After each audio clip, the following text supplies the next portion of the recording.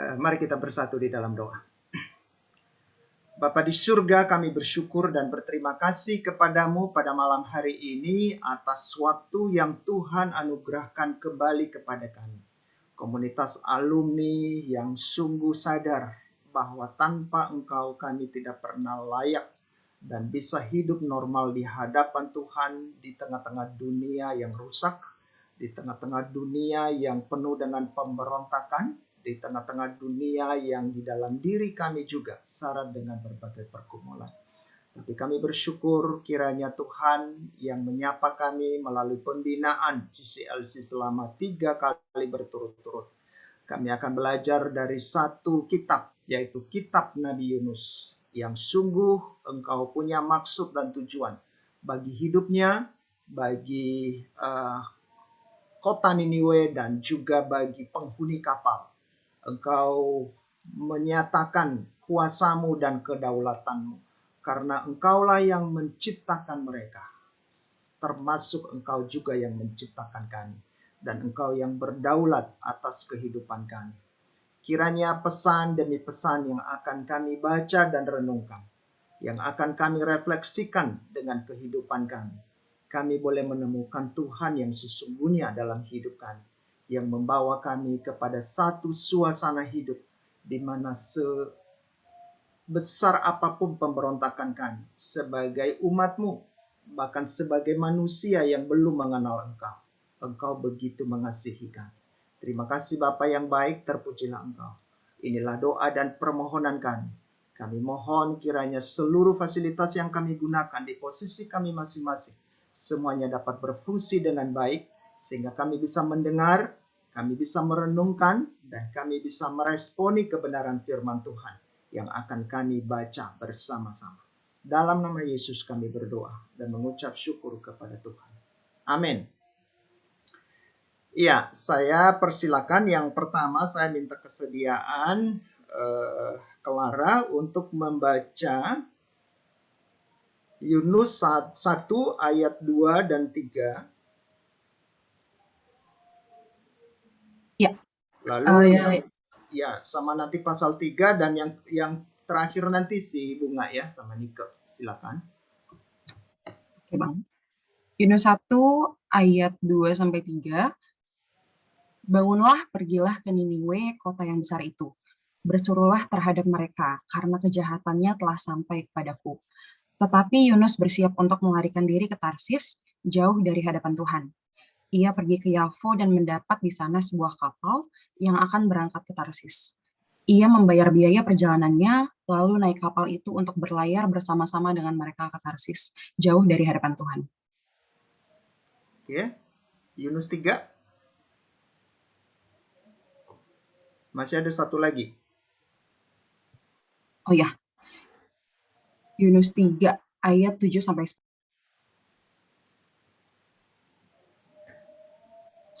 Yunus 3 ayat 7 sampai 10. Lalu atas perintah raja dan para pembesarnya, orang memaklumkan dan mengatakan di Niniwe demikian.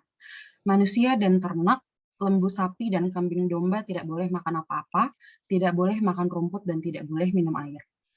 Haruslah semuanya, manusia dan ternak, berselubung kain kabung dan berseru dengan keras kepada Allah, serta haruslah masing-masing berbalik dari tingkah lakunya yang jahat dan dari kekerasan yang dilakukannya. Siapa tahu mungkin Allah akan berbalik dan menyesal, serta berpaling dari murkanya yang bernyala-nyala itu, sehingga kita tidak binasa. Ketika Allah melihat perbuatan mereka itu, yakni bagaimana mereka berbalik dari tingkah lakunya yang jahat, maka menyesallah Allah karena malapetaka yang telah dirancangkannya terhadap mereka, dan ia pun tidak jadi melakukannya. Terima kasih, silakan sama Bunga. Pasal Yunus pasal 4 ayat 10 dan ayatnya yang ke-11.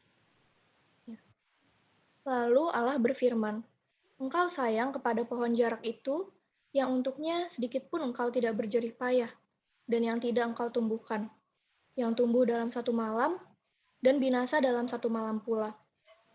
Bagaimana tidak aku akan sayang kepada Niniwe, kota yang besar itu, yang berpenduduk lebih dari 120.000 orang, yang semuanya tak tahu membedakan tangan kanan dari tangan kiri, dengan ternaknya yang banyak? Oke, terima kasih dua teman yang telah membacakannya dan berharap ini menjadi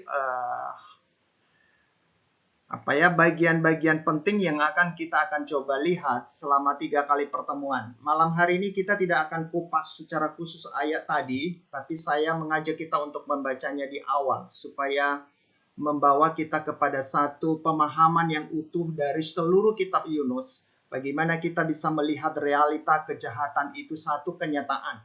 Bagaimana realita pemberontakan yang namanya nabi yang telah ditetapkan, yang telah diutus untuk pergi, yang memenuhi dengan sepenuh hati apa yang diharapkan oleh Tuhan kepadanya, tetapi di dalam persoalan-persoalan hidupnya akhirnya pun dia menentang, bahkan dia lari dari hadapan Tuhan. Itu yang diceritakan di pasal yang pertama itu. Tapi pasal yang kedua bicara tentang kontraskan bagaimana di awal hal kejahatan daripada Niniwe itu dilihat oleh Allah dan sampai di hadapannya, tetapi ketika dia memberikan peringatan keras dan akhirnya di dalam ketaatan Yunus melakukan itu pada pasal yang ketiga, ada satu respon yang akhirnya ketidakmungkinan jadi mungkin.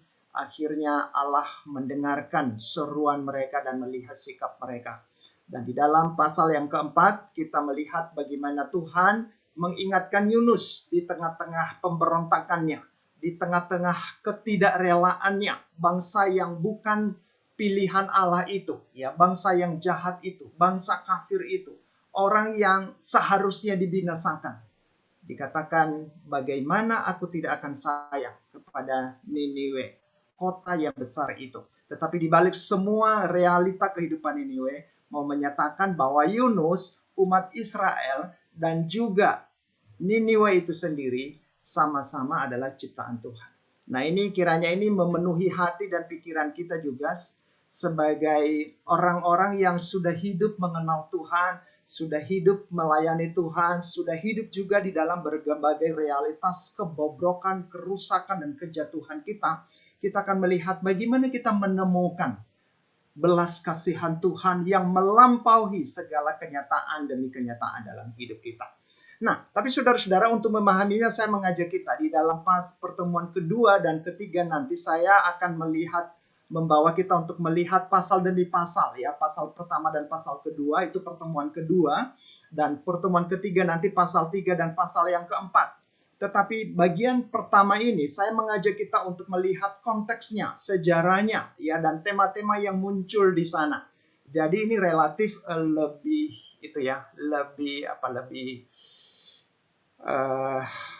kita mengupas latar belakangnya supaya juga kita bisa melihat bahwa realita pada saat itu kita coba membandingkan dengan realita seperti apa yang kita sedang jalani di dalam kehidupan kita saat ini.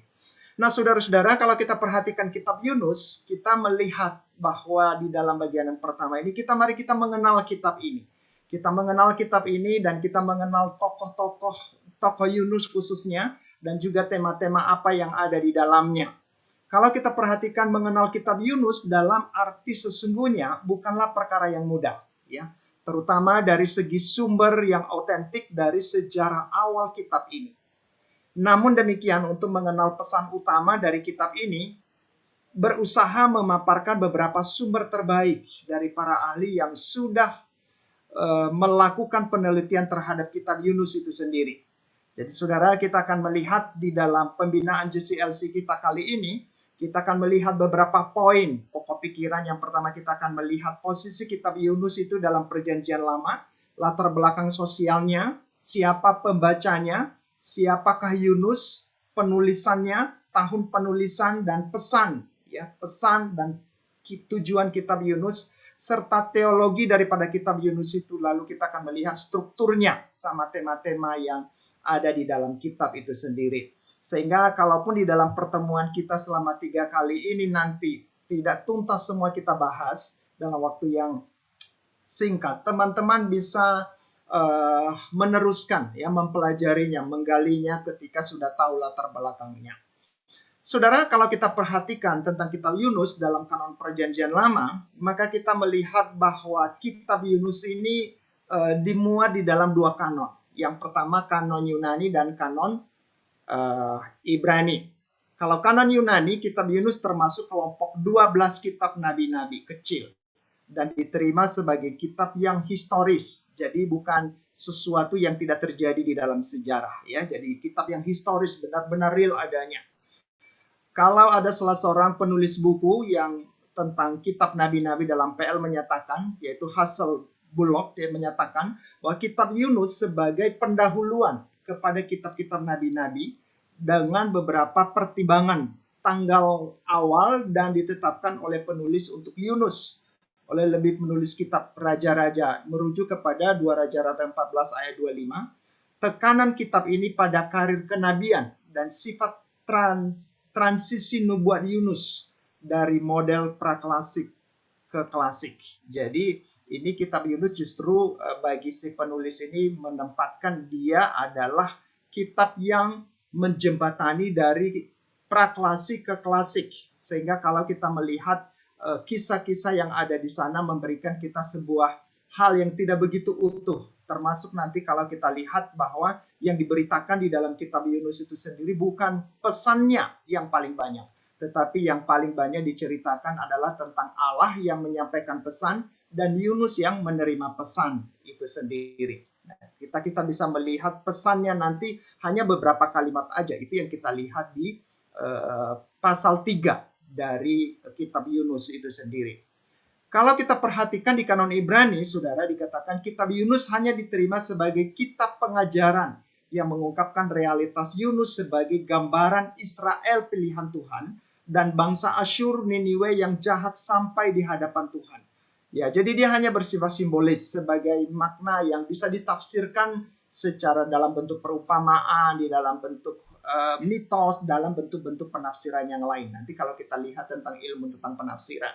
Jadi mau dikatakan bahwa di dalam memahami kitab Yunus ada dua kanon yang dikenal, yaitu tentang dalam kanon Yunani yang menghayati bahwa kitab Yunus itu adalah kitab kenabian yang benar-benar terjadi di dalam sejarah kehidupan manusia. Tetapi di dalam bagian yang kedua, kanon Ibrani, ada para ahli menempatkan itu sebagai karya sastra yang mempunyai nilai sastra yang tinggi, yang sengaja diciptakan di dalam tujuan-tujuan teologi tertentu, terutama untuk menyikapi realita kehidupan umat Israel pilihan Allah pada waktu itu. Jadi dapat ditegaskan bahwa kitab Yunus dalam kanon perjanjian lama sesuai dengan kanon Yunani dan Ibrani ditempatkan dalam dua posisi itu. Ya, sebagai kitab kenabian yang berada dalam kumpulan kitab ke-12 nabi-nabi kecil. Jadi sama dengan kita temukan di dalam Alkitab kita sekarang ini. Tetapi posisi yang lain sebagai kitab sastra kebijaksanaan yang disajikan dalam berbagai perumpamaan dengan tujuan untuk memformulasikan atau untuk menyatakan pengajaran-pengajaran yang penting khususnya bagi para pembaca. Nanti kita akan melihat para pembacanya itu tidak lain dan tidak bukan adalah bangsa Israel itu sendiri. Jadi itu yang kita lihat. Nah, saudara, sekarang kita akan melihat latar belakangnya. Ya, kalau kita lihat latar belakang sosial pembaca dan sejarah penulisan kitab Yunus, maka kita melihat bahwa para ahli menempatkan kitab Yunus sebagai kitab kenabian historis. Ya, kelompok para ahli yang menerima kitab Yunus sebagai kitab kenabian tentunya menganggap bahwa isi kitab ini merupakan berita kenabian atau juga berisi kisah seorang nabi. Maka nabi ini biasanya diidentifikasikan sebagai seorang nabi pada pertengahan abad ke-8 di masa pemerintahan Yerobeam. Nah, ini kita bisa lihat nanti kalau kita membuka rujukannya itu dalam 2 Raja-Raja 14 ayat yang ke-24. Tetapi para ahli yang kedua menempatkan hanya sebagai kitab pengajaran dalam arti tidak historis. Ini merupakan sebuah karya sastra, merupakan sebuah tulisan yang benar-benar sesungguhnya tidak terjadi di dalam sejarah kehidupan manusia. Jadi kalau kita melihat kitab ini ada dua kelompok para ahli yang coba menyikapinya, yaitu melihat sebagai historis dan melihat sebagai sesuatu yang non-historis, ya. Dikatakan itu fiktif, itu hanya sebuah simbol, hanya sebuah perumpamaan, sebuah pengajaran yang disampaikan kepada para pembaca pada waktu itu supaya mereka sadar akan keadaan dunia di sekitar mereka, apa yang menjadi tanggung jawab mereka, dan juga bagaimana mereka harusnya berperilaku. Jadi itu yang ditekankan di sana. Jadi itu sebagai karya sastra. Jadi bagi para ahli yang melihat itu, mereka melihat bahwa ini bukan sesuatu yang benar-benar kita terima sebagai satu kitab yang terjadi di dalam sejarah.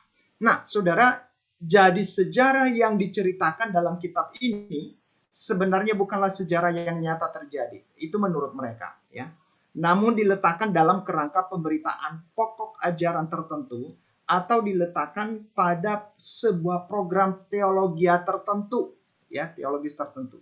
Penulis kitab Yunus dan Rut bersama, ya. Jadi kalau kita lihat kitab Rut pun itu bagi para ahli ini, mereka melihat bahwa kitab Rut juga bukan sesuatu hal yang benar-benar murni sejarah, gitu ya. Jadi sudah bercampur dengan karangan-karangan gitu. Sama-sama melawan program religius politis dari kelompok yang eksis pada masa Helenis atau Yunani. Maka sangat mungkin kitab Yunus ditulis pada masa Helenis sekitar abad ketiga sebelum Masehi. Jadi kalau kita mengikuti cara berpikir mereka. Ada seorang penulis buku tentang kitab ini, dia katakan bahwa kitab Yunus ditulis di Palestina sekitar abad kelima. Jadi kalau tadi ada yang menganggap pasal abad yang ketiga, maka ada juga dia katakan ini dalam abad yang kelima. Ketika orang-orang Yahudi masih memulihkan diri dari pembuangan Babel, ya, suatu ancaman serius bagi keberadaan mereka. Orang-orang Yahudi bahwa mereka telah menderita pembuangan karena ketidaktaatan mereka kepada Tuhan. Sebagai akibatnya mereka mengembangkan suatu sikap yang eksklusif dan kaku dalam mentaati hukum Taurat. Jadi udah ya, makin jelas ya bahwa tadi di dalam memahami pesan Yunus ini ditujukan kepada umat Israel. Maka nanti ada seorang penafsir atau penulis buku tentang kitab Yunus itu dikatakan ini hanya mewakili sikap yang eksklusivisme bangsa Israel pada waktu itu. Mereka menghindari segala hal yang dapat menjauhkan mereka dari Tuhan, seperti kebiasaan asing, yaitu istri asing, jadi perkawinan silang. Bahkan penduduk dari kerajaan utara yang disebut Samaria, karena ibu kotanya Samaria diejek karena mereka telah menjadi bangsa campuran sesudah penyerbuan orang Asyur. Pengarang kitab Yunus menulis ceritanya untuk melawan sikap ketertutupan ini. Jadi di sini udah makin jelas bahwa tujuan penulisan kitab ini untuk menyikapi bagaimana supaya komunitas umat Allah yang seharusnya menjadi terang bagi bangsa-bangsa, yang menjadi komunitas yang menjadi berkat bagi bangsa-bangsa, bagaimana mereka menjadi orang yang sadar, baik secara pribadi maupun secara komunitas, mereka sadar akan satu tanggung jawab di mana Tuhan memilih mereka bukan hanya untuk menikmati panggilan mereka sebagai umat Allah, tetapi menikmati hidup mereka sebagai terang bagi bangsa-bangsa juga. Tetapi perhatikan tadi konteksnya itu, bahwa itu bangsa itu sedang di dalam kepungan penjajahan bangsa Asyur yang pada waktu itu di kota Niniwe itu sendiri. Yunus marah karena Allah menyesal dan menyatakan tindakan penyelamatan bagi Niniwe yang jahat dan menjajah umat pilihannya sekalipun. Kitab Yunus mengingatkan pembaca bahwa sekalipun Allah memilih Israel sebagai umatnya, tetapi kepada bangsa-bangsa lain juga Allah berbelas kasihan. Ketika bangsa lain mendengar firman dan berpaling kepada Allah dalam kedaulatan dan kasih-Nya, Allah menyesal atas penghukuman yang dirancangkannya dan mengampuni bangsa yang bertobat itu. Jadi nanti di sini kita bisa melihat dua sikap yang berbeda antara pemilik misi yang memanggil, yaitu Allah itu sendiri, dengan alat yang pergi untuk memberitakan, yaitu Yunus itu sendiri. Karena kondisinya yang seperti diceritakan sebelumnya tadi, itu akhirnya dia menentang, ya dia lari gitu. Ya dia ingkar dan memberontak melawan apa yang diperintahkan Tuhan kepada mereka. Jadi di dalam bagian ini teman-teman kita bisa perhatikan bahwa betapa Allah yang mencipta, Allah yang berdaulat, Allah yang mengancam, yang tidak kompromi dengan dosa. Tetapi tetap dia berinisiatif juga untuk menjembatani kembali bagaimana manusia ciptaannya itu, walaupun bukan pilihannya, itu kembali ke hadapannya, menikmati kembali satu kehidupan sebagai ciptaan yang diciptakan menurut peta dan teladan Allah. Ini yang kita lihat. Nah, kita lihat lebih dalam. Siapakah Yunus? Nah, saya pikir ini kita bisa bergantian ya membaca. Saya minta sekali lagi Bunga untuk membacakan siapakah Yunus. Bisa baca ya, Bunga? PPT-nya masih belum di-share, Pak? PowerPoint-nya dipasang nggak? Udah di-share di Belum grup sih. Udah di-share di grup, bisa. Tadi karena Bang Eli bilang gitu. Oke. Bisa, udah dapat?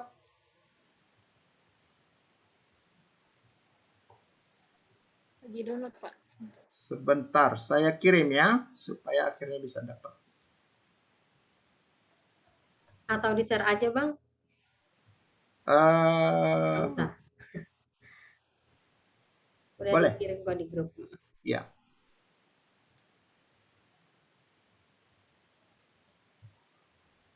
Saya udah kirim ke Nike juga.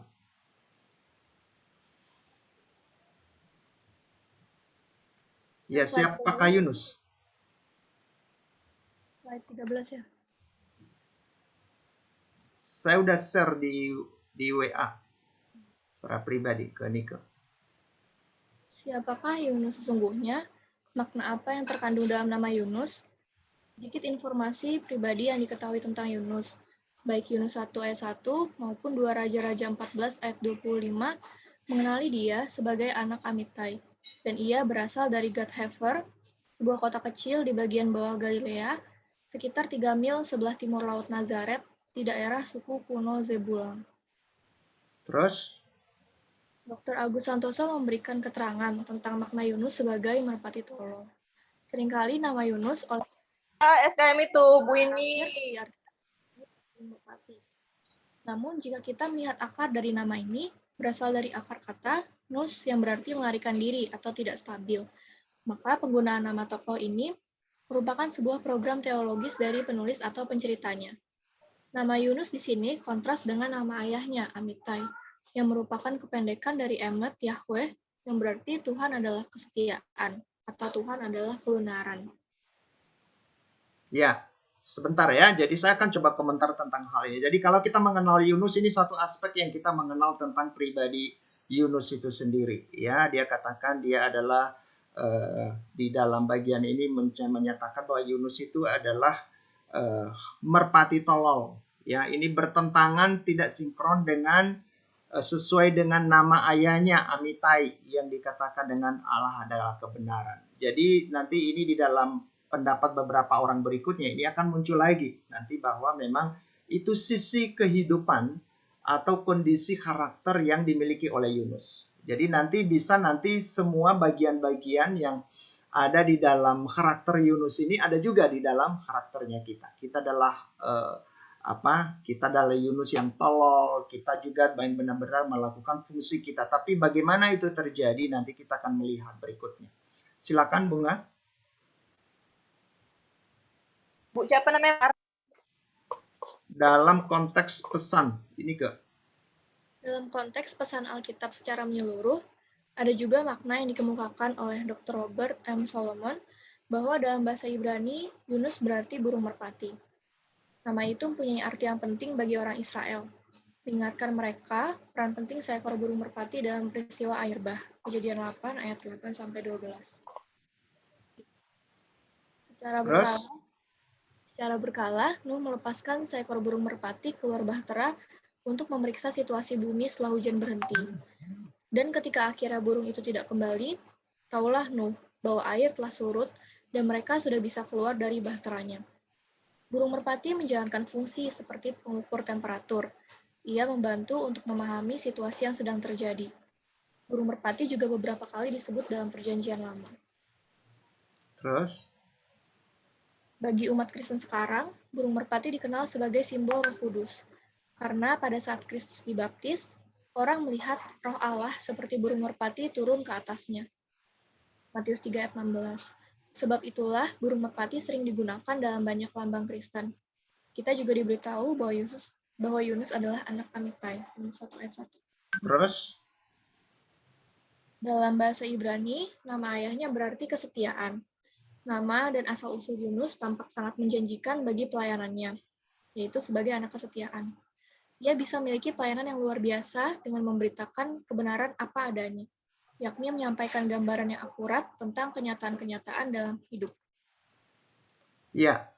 Jadi sebentar ya, saya akan komentar tentang hal ini. Perhatikan nih nggak, bagian yang pertama tadi ada seorang ahli yang melihat bahwa itu tidak sinkron dengan makna nama ayahnya. Tetapi di dalam bagian ini Robert Salomo menyatakan justru ini menyatakan kalau diartikan Yunus adalah merpati, ya burung merpati yang digambarkan sungguh dipakai di dalam simbol-simbol di Alkitab, di Perjanjian Lama dan juga di dalam Perjanjian Baru. Maka ini nama Yunus adalah sebuah nama yang memberikan prospek ya di dalam masa depannya, di dalam panggilannya, bahkan juga di dalam kehidupannya secara pribadi sebagai umat pilihan Tuhan atau anak kebenaran itu sendiri.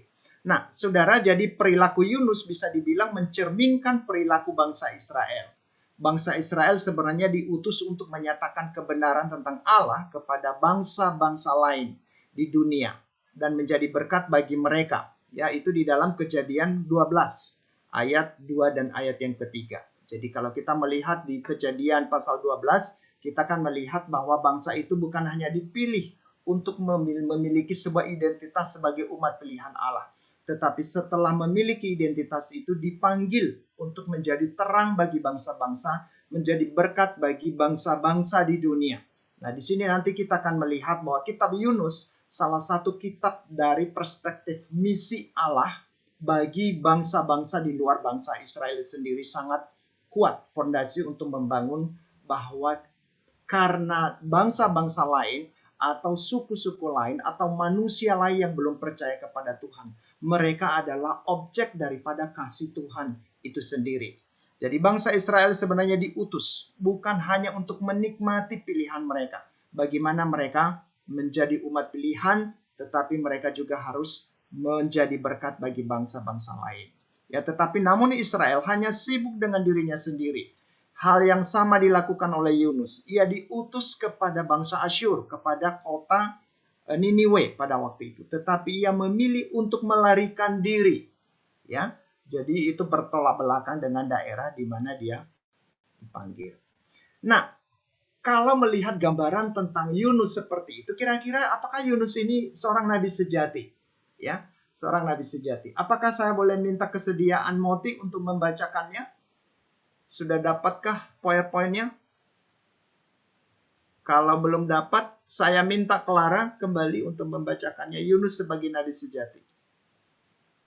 Tapi Moti siap-siap ya. Oh ya, oke. Ya, Yunus sebagai nabi sejati. Bagaimana kita ketahui bahwa Yunus adalah nabi sejati? Memang banyak para ahli belum sependapat dengan hal ini. Namun penulis menjelaskan di sini apa yang dikatakan oleh Dr. Robert M. Solomon, bahwa di bawah hukum Allah yang diberikan melalui Musa, ada dua tes untuk menguji apakah seorang nabi benar-benar utusan Allah. Pertama, bila nabi tersebut menubuatkan sesuatu akan terjadi, hal itu pasti terjadi.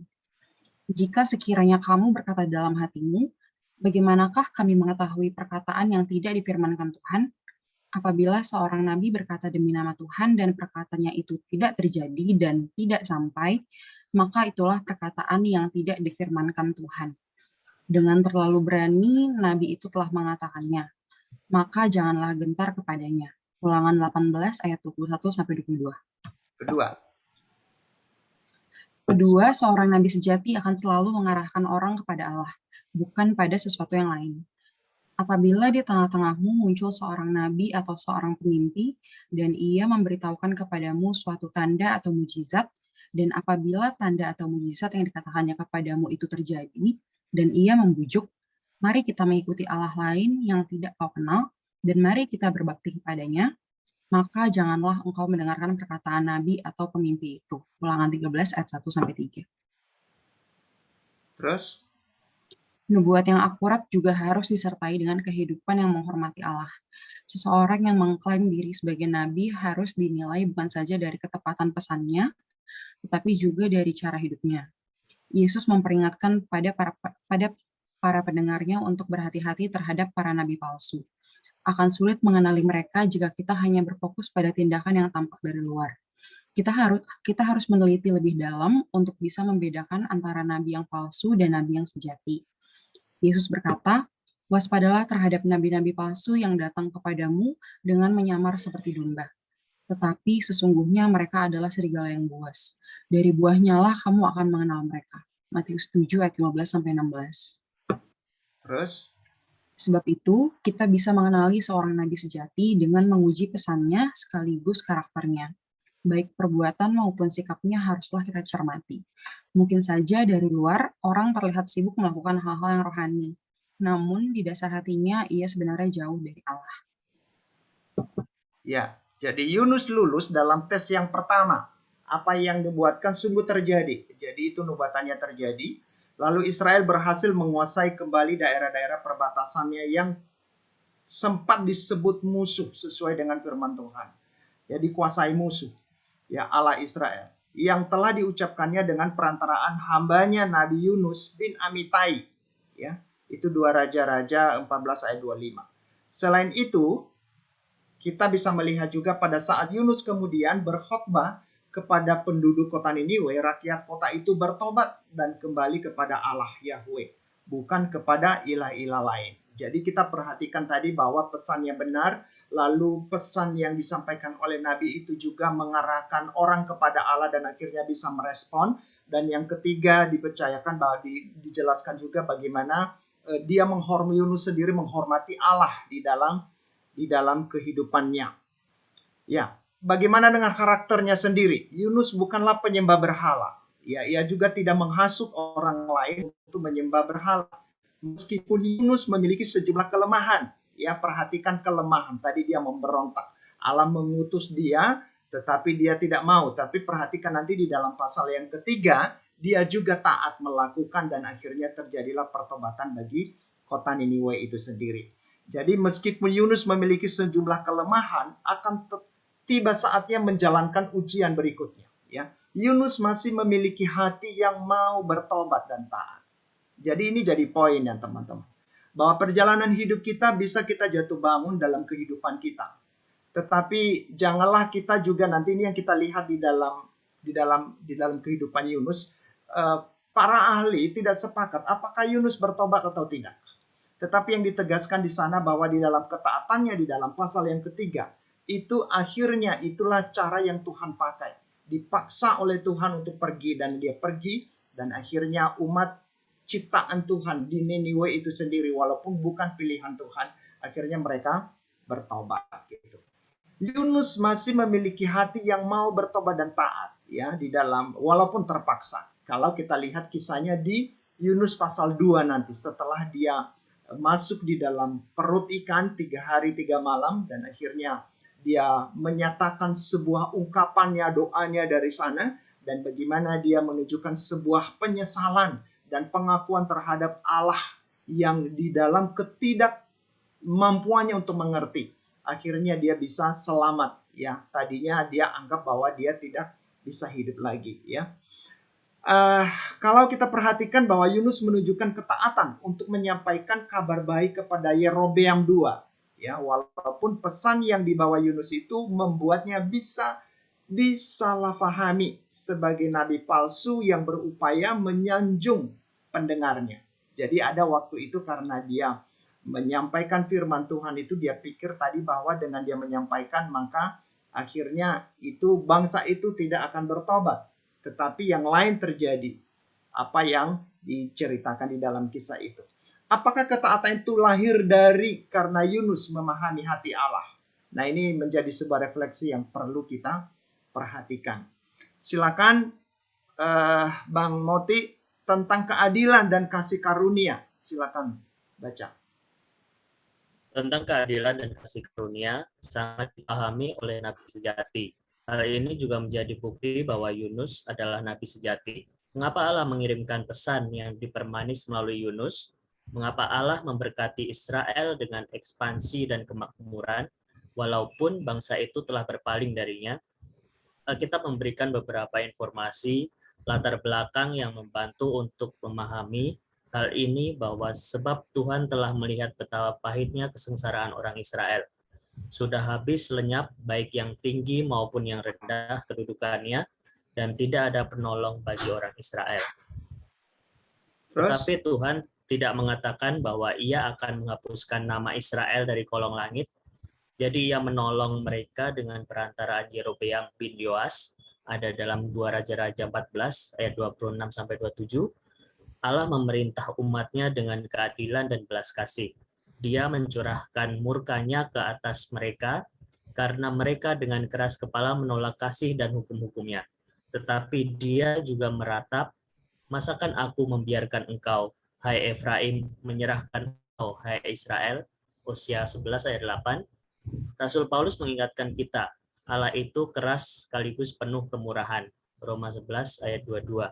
Allah itu adil sekaligus penuh kasih karunia. Dalam murkanya Dia tetap ingat untuk berbelas kasihan. Habakuk 3 ayat 2. Terus? Mungkin itulah sebabnya Yunus sebagai nabi yang takut Allah tetap membawa kabar baik dari Allah kepada Yerobeam II. Sekalipun hal itu bukanlah sesuatu yang ingin ia lakukan. Hanya kepercayaan yang penuh terhadap kedaulatan, keadilan, dan hikmat Allah yang akan memampukan seorang nabi sejati melakukan tugas itu. Kemungkinan yang lain, pesan Yunus pada saat itu lebih panjang, tetapi tidak semuanya dicatat. Nabi Yoel pernah dengan keras menegur dosa-dosa orang Yehuda dan mendesak mereka untuk bertobat. Terus? Namun, ia juga menyampaikan kata-kata yang menghibur. Allah akan menghalau para penyerbu mereka, memberi mereka minyak dan anggur baru, dan memulihkan apa yang sempat hilang selama bertahun-tahun kekeringan dan perang. Yoel 2, 18-27. Seandainya kitab Yoel hanya mencatat bagian 2 dari pesan sang nabi, kita berpikir bahwa Yoel hanya menyampaikan kata-kata yang indah dan menghibur bangsa itu. Padahal sebenarnya ia juga menyampaikan teguran keras yang meresahkan pendengarnya. Bisa jadi nubuat Yunus tentang pemulihan daerah-daerah perbatasan Israel tersebut juga merupakan bagian dari pesan yang lebih panjang dan yang mengandung teguran-teguran keras. Namun, para pendengarnya memilih berfokus pada bagian-bagian yang menyenangkan saja. Seandainya benar demikian, rekam jejak Yunus sebagai seorang nabi sejati justru menjadi makin kuat, sebab ia menunjukkan kesediaan untuk menyampaikan pesan penghukuman sekaligus berkat tanpa ragu-ragu. Ya, sampai di sini dulu.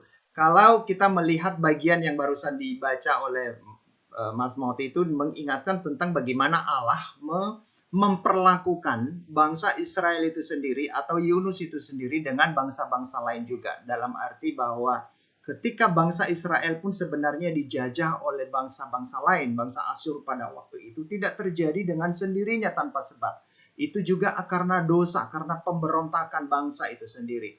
Jadi kalau dia mau melihat kepada dirinya, sebenarnya juga tidak cukup menjadi alasan untuk menentang kehendak Allah atau memberontak kepada Allah atas apa yang diperintahkan Allah kepadanya. Walaupun resikonya sedemikian rupa di dalam menurut kalkulasi manusia itu sendiri.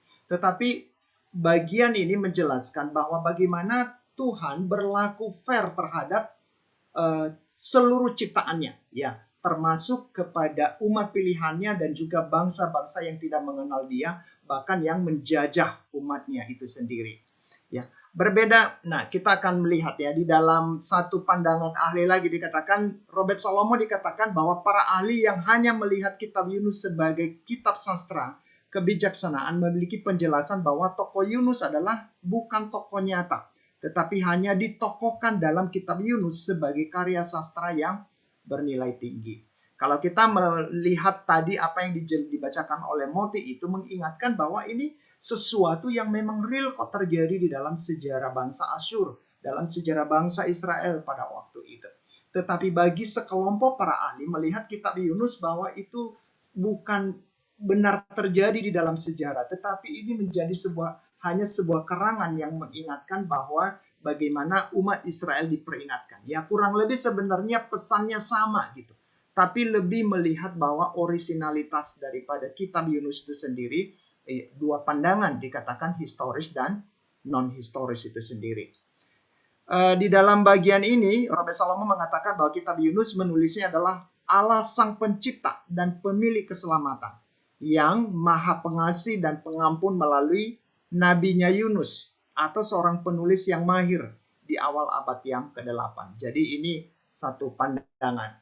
Tapi di dalam sejarah ini kan kadang kan kita nggak tahu ya, ketepatan sejarah pun ada banyak catatan-catatan yang lain yang dijelaskan tentang hal ini. Tapi yang kita perhatikan adalah bagaimana kita bisa melihat tindakan Allah yang nyata bagi seluruh ciptaan dan seluruh kehidupan umat yang percaya, yang dalam hal ini diwakili oleh Nabi Yunus itu sendiri. Nah, karena itu mari kita melihat apa tujuan dan pesan dari kitab Yunus itu sebenarnya. Saya minta kesediaan, bisakah Abednego membaca dari situ? Bisa ditampilkan? Bisa Pak. Ya, tujuan dan pesan kitab Yunus. Tujuan dan pesan kitab Yunus.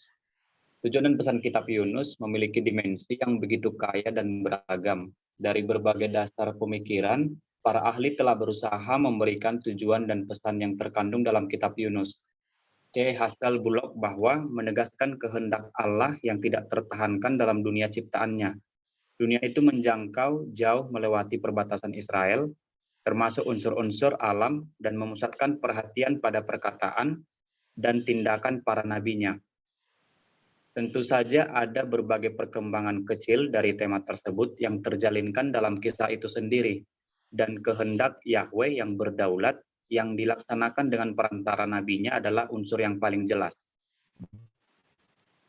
Terus? Tujuan dan pesan penulisan kitab Yunus menegaskan kemungkinan pertobatan bagi manusia. Allah mungkin menghindari bencana yang telah diumumkan oleh nabi tersebut. Dari sisi pribadi nabi sendiri, penulis bertujuan menceritakan kisahnya sendiri. Jika Yunus adalah penulisnya, atau kisah nabi abad ke-8 yang mempunyai reputasi bahwa ia seorang yang enggan menaati panggilan kenabian. Tetapi hal itu tidak mendiskualifikasi dia sebagai nabi Tuhan. Mungkin sekali nabi-nabi dari generasi-generasi berikut melihat keengganan mereka bertentangan dengan kehendak Allah yang berdaulat digambarkan dalam pengalaman. Ya, terima kasih ya. Sebentar, saya akan komentar tentang bagian ini. Jadi kalau kita perhatikan di sini teman-teman bahwa jelas bahwa tujuan kitab Yunus adalah masalah bagaimana manusia bertobat dari kejahatannya. Jadi tadi sudah dibaca di pasal 1 tadi pertama itu sudah sampai kejahatan bangsa Asyur itu, dan kejahatan itu bukan ditujukan kepada siapa-siapa tetapi kepada umat pilihan Allah itu sendiri, yaitu bangsa Israel. Maka itu nanti hubungannya kenapa Yunus tidak mau pergi dan tidak mau marah ketika Allah mau memperingatkan bangsa itu supaya mereka bertobat. Tetapi hal yang kedua adalah bagaimana kisah dari Nabi Yunus itu sendiri memperingatkan tentang dirinya sendiri. Kalau dia adalah penulisnya. Atau kalau misalnya pun bukan dia penulisnya, orang lain misalnya. Ini mengingatkan yang tokohnya Yunus dengan karakter dan tindakan yang sama, bagaimana dia melihat bahwa pilihan atas hidupnya tidak pernah digagalkan, digugurkan oleh kegagalannya, oleh kehidupannya yang rusak, memberontak kepada Tuhan. Jadi ini jadi poinnya teman-teman, supaya kita tidak menjadi orang yang frustrasi dalam dinamika hidup kita yang jatuh bangun. Tetapi apa yang Tuhan mau harapkan adalah kesadaran dan pertobatan yang sungguh-sungguh. Ini yang kita harus temukan di dalam kehidupan kita. Perpalingan kita, siapapun kita. Apakah kita ada di dalam posisi manusia yang sudah mengenal Allah dan sudah terlibat di dalam pelayanan selama hidup kita. Atau mungkin sama sekali kita orang Kristen, tetapi sebenarnya kita bukan orang Kristen yang memiliki pengenalan atau relasi dengan Tuhan. Gak masalah. Bahkan dikatakan orang yang tidak mau tahu. Ya, mau dikatakan bahwa dia seorang ateis, praktis lah, tidak mau tahu tentang Tuhan. Tetapi mau dikatakan di sini bahwa ketika Allah yang berdaulat itu, Allah yang memiliki itu, Allah yang mengasihi itu, tidak pernah menggagalkan kepemilikan Allah atas hidup kita. Ini satu hiburan sekaligus peringatan. Tentunya kalau kita adalah orang-orang pilihan Tuhan, bukan tujuan Tuhan memilih kita atau menyelamatkan kita untuk kita hidup berkanjang di dalam dosa. Tetapi bagaimana kita bangun di dalam keterpurukan kita dengan hati yang jujur, dengan penyesalan yang sungguh-sungguh. Bagaimana kita menyadari hidup kita di hadapan Tuhan. Tetapi di dalam kesadaran itu juga kita akan melihat pertobatan orang-orang lain melalui kehidupan kita. Itu juga tujuannya. Jadi pertobatan atau pembaharuan hidup yang dikerjakan Allah dalam hidup kita itu memiliki dua sisi. Bagaimana supaya semakin hari semakin hidup kita ini menikmati hidup di dalam kehendak Tuhan. Tetapi di sisi lain jangan puas diri karena menikmati itu dengan kaya. Ada tanggung jawab. Dan ini yang harus dilihat, diperhatikan oleh pembaca kitab Yunus itu sendiri. Nah, perhatikan kalimat yang terakhir tadi. Mungkin sekali nabi-nabi dari generasi ke generasi berikut melihat keengganan mereka bertentangan dengan kehendak Allah yang berdaulat digambarkan di dalam pengalaman ini. Nah, ada satu penjelasan Kramer ya di dalam, dia juga seorang yang menafsirkan bagian daripada kitab ini. Dia menjelaskan begini, dikatakan kitab Yunus membuat pelajaran yang pahit bagi seorang nabi. Ya. Apa itu yang pahit? Seorang nabi tidak dapat melarikan diri dari panggilan Tuhan. Dan tidak dapat membatasi kebebasan Tuhan mengikatnya kepada firman kenabian. Seorang nabi harus belajar untuk memperlihatkan ketaatan kepada Tuhan.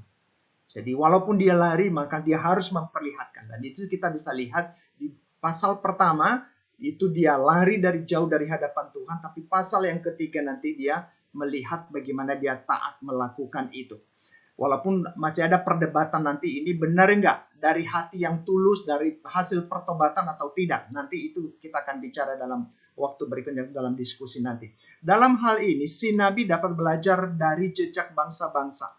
Awak kapal yang Yunus tumpangi dan penduduk kota Niniwe. Jadi itu perhatikannya di awak kapal itu dan kota Niniwe. Mereka taat dan percaya kepada firman Tuhan.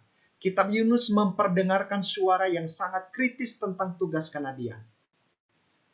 Adalah sangat menarik perhatian bahwa justru kitab Yunus yang dapat digolongkan kepada kitab-kitab kenabian yang paling muda dalam sejarah Israel membawa kritik yang demikian tajam terhadap kalangannya sendiri. Jadi ini salah satu pesan daripada kitab Yunus itu diarahkan kepada mereka yang sudah menjadi umat Allah, yang telah mereka dipilih Allah dan ditetapkan Allah untuk menjadi saksi supaya mereka sadar di dalam tugas dan tanggung jawab mereka. Jadi kitab Yunus ini bersifat universal. Bukan saja Yunus melainkan awak kapal dan orang Niniwe mengakui Tuhan sebagai Allahnya yang maha kuasa. Ya, melalui pernyataan Yunus dikatakan aku seorang yang Ibrani, orang yang takut akan Tuhan gitu. Dan kita akan melihat bagaimana itu orang penghuni kapal itu takut ya terhadap pernyataan Nabi Yunus itu sendiri.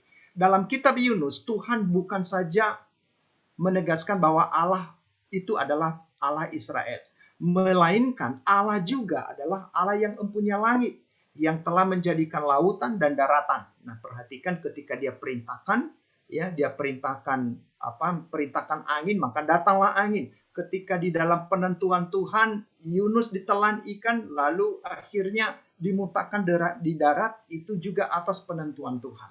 Nah, apa yang mau dikatakan? Dia adalah Allah seluruh dunia secara universal. Kenapa? Karena dia sesungguhnya yang mencipta kita. Jadi mau lari kemanapun, mau memberontak seperti apapun, tetap lingkup pemberontakan kita dan lingkup ketaatan kita ada di dalam kontrol dan kendali Allah itu sendiri. Sekali lagi ini menjadi sebuah peringatan yang menghibur kita, tetapi peringatan juga yang memperingatkan kita supaya kita jangan jangan membiarkan hidup kita yang rusak atau hidup kita yang memberontak untuk tidak mau sadari dan tidak mau berpaling kepada Tuhan. Tetapi datang dan kembalilah kepadanya. Kitab ini sifatnya begitu luar biasa, sehingga penting untuk dituliskan.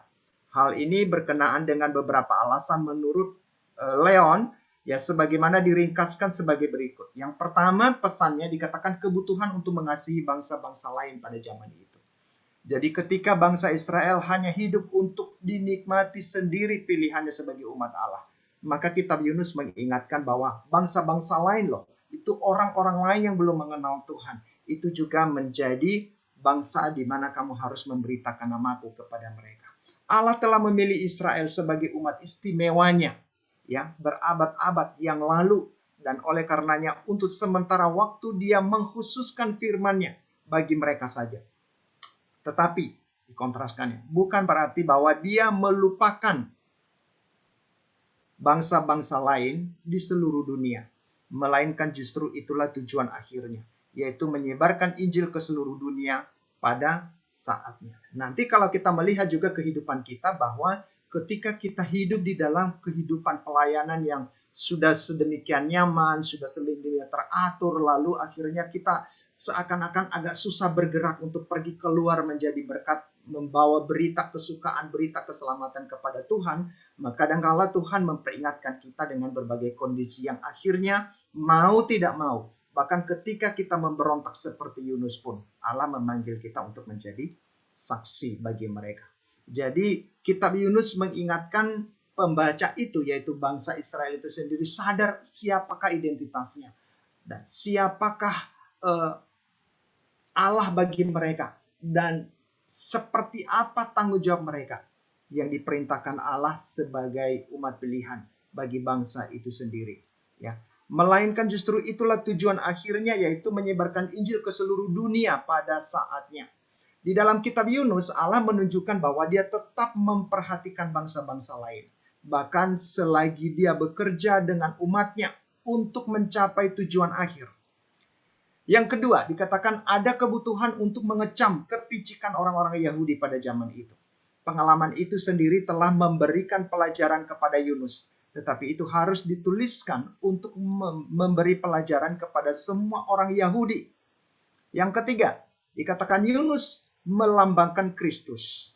Yesus sendiri berbicara tentang Yunus yang berdiam di dalam perut ikan selama 3 hari dan 3 malam, sama seperti dia akan tinggal di dalam rahim bumi 3 hari dan 3 malam. Nah, ini nanti kita melihat korelasi kitab Yunus itu dengan perjanjian baru, yang sangat jelas bahwa ini menjadi sebuah kisah nyata sampai dirujuk oleh Kristus di dalam menyatakan siapa dirinya, tentang kematiannya dan tentang misinya di tengah-tengah dunia ini. Akhirnya di dalam kelompok pikiran tentang tujuan dan pesan penulisan kitab Yunus, penulis melihat hal yang begitu penting diperhatikan oleh pembaca. Sesuai dengan apa yang dikatakan oleh Solomon, bahwa tujuan penulisan kitab dan pesan kitab Yunus itu sendiri memiliki 2 aspek. Yang pertama, bagaimana lewat pengalaman yang menyakitkan, seseorang akhirnya menemukan karakter sejati Allah yang telah ia layani selama bertahun-tahun. Jadi kalau kita mengalami kerikil-kerikil dalam kehidupan kita, kita jangan hanya melihat kerikilnya dan sakitnya hidup itu, tapi kita akan melihat di balik itu adakah suara Tuhan yang kita dengar, untuk akhirnya kita berbalik kepadanya dan kita menundukkan hidup dan kita mengawali kehidupan kita lagi bersama-sama dengan Dia di dalam perjalanan kehidupan kita. Pengetahuan yang selama ini dia miliki tentang Allah kini menjadi kenyataan yang benar-benar dialami oleh Yunus itu sendiri. Di sini kita bisa melihat bahwa mengenal kebenaran adalah satu hal, tetapi mengalami atau menghidupi kebenaran itu sendiri adalah hal yang bisa berbeda atau hal yang lain. Ya. Saat kita meneliti kitab Yunus, kita melihat 2 ladang misi yang dibicarakan dalam kitab ini. Perhatikan ini baik-baik ya teman-teman. 2 bidang misi, ladang misi yang dibicarakan dalam kitab Yunus. Yang pertama, dunia di sekitar kita dan hati kita sendiri.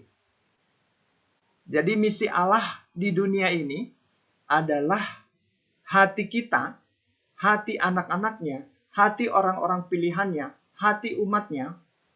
Dan yang kedua misinya adalah bagaimana menjangkau dunia yang ada di sekitar hati dan hidup anak-anaknya itu sendiri. Jadi di sini kita bisa melihat bahwa kita tidak menjadi hidup dikotomi. Ketika kita dipanggil menjadi seorang Allah di tangan Tuhan, bukan berarti kita mengerjakan itu untuk orang lain. Tetapi hal yang pertama dan utama, bagaimana kita mengalami pembaharuan di dalam kehidupan kita. Bagaimana kita mengalami perubahan karakter-karakter. Sehingga kita tidak menjadi orang yang cenderung seperti Yunus yang dikatakan merpati tolol itu. Yang hanya mau merespon terhadap sesuatu apa yang disenangi menurut pandangannya sendiri. Dan saudara-saudara, ini menjadi sebuah hal yang perlu. Di dalam kitab Yunus ini nanti kita akan melihat dua benang merah ini. Bahwa misi Allah yang diceritakan di dalam kitab Yunus adalah hati sang pelayan-pelayannya. Bagaimana mengalami transformasi hidup, pertumbuhan rohani yang semakin dalam, semakin dalam. Dan yang kedua, bagaimana di dalam kehidupan yang dibaharui oleh Tuhan, kita juga menjadi berkat bagi orang lain. Kitab ini mengajak kita untuk memikirkan kembali pemahaman kita tentang Allah. Siapakah Allah? Dia Allah yang berdaulat, Dia Allah yang mengontrol, Dia Allah yang maha tahu. Apapun hidupmu, seperti apapun keadaanmu, mungkin engkau bisa sembunyi, bahkan engkau tidak mengerti tentang hidupmu sendiri. Tetapi Allah tahu siapa kamu sebenarnya. Apa yang engkau kerjakan, apa yang engkau pikirkan. Itu yang kalau kita perhatikan di dalam Mazmur 139. Dinyatakan siapakah Allah. Dikatakan bahwa aku berdiri, aku duduk, aku berbaring, sungguh-sungguh Allah tahu. Dikatakan aku pergi ke dunia orang mati pun, di sana pun engkau. Jadi mau dikatakan bahwa Allah yang pemilik seluruh ciptaan dunia ini, yang menciptakan kita dan menempatkan kita di dunia ini, Dia tahu adanya siapa kita sesungguhnya. Sehingga ketika kita bersembunyi, ketika kita tidak jujur di hadapan Tuhan pun, saya pikir sia-sia juga.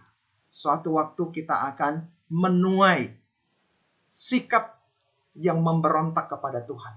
Tetapi itulah yang dikatakan oleh Mazmur 139 itu di ayat 24-nya. Selidiki aku ya Allah, kenallah hatiku, selidikilah pikiran-pikiranku. Ya lihatlah kalau jalanku serong ke kiri atau ke kanan. Bawalah dan tuntunlah aku ke jalan yang lurus. Jadi mau ditekankan bahwa keterbukaan. Sebenarnya Yunus tidak mengalami persoalan yang gimana-gimana di pasal 4. Dari bab 4 kitab Yunus itu sendiri. Kalau di dalam hubungannya dengan Tuhan, dalam pengenalannya akan Tuhan, akan beres. Nah, persoalan Yunus di sini adalah persoalan tentang pengenalannya akan Allah, pengenalannya akan dirinya sendiri, dan pengenalannya akan ladang misi. Maka kitab Yunus mengajarkan kita bagaimana kita merefleksikan satu kebenaran tentang Allah, tentang kehidupan rohani kita. Apakah kehidupan rohani kita tandai dengan aktivitas kita, atau pemberian-pemberian kita, atau keterlibatan sosial kita, atau keterlibatan di dalam pelayanan komunitas, pelayanan kerohanian. Apakah itu serta-merta menggantikan kehidupan rohani kita yang benar di hadapan Tuhan dan di dalam pemahaman Tuhan? Ini menjadi sebuah hal yang kita harus introspeksi di dalam diri kita. Dan yang terakhir tentang misi kita di tengah-tengah dunia ini. Nah, saudara-saudara, ini yang kita melihat tentang bagian-bagian yang bicara tentang pesan kitab Yunus itu sendiri. Karena waktu, saya akan percepat ya. Dari berbagai keterangan-keterangan yang sudah dipaparkan oleh para ahli yang saling bertentangan pendapatnya tadi, maka ada satu penulis memberikan beberapa tujuan ya daripada kitab Yunus itu sendiri, pesannya. Kitab Yunus membawa kita kepada sikap. Kitab Yunus membawa sikap iri hati dengan menunjukkan kepada umat betapa bodohnya terus-menerus membatasi Allah untuk diri sendiri. Ya. Sebab Allah adalah Allah semua orang. Allah bisa menunjukkan belas kasihan kepada siapa saja, termasuk kepada musuh-musuh Allah atau kepada umatnya, musuh umatnya. Yang kedua, Yunus bertujuan untuk menceritakan kisahnya sendiri.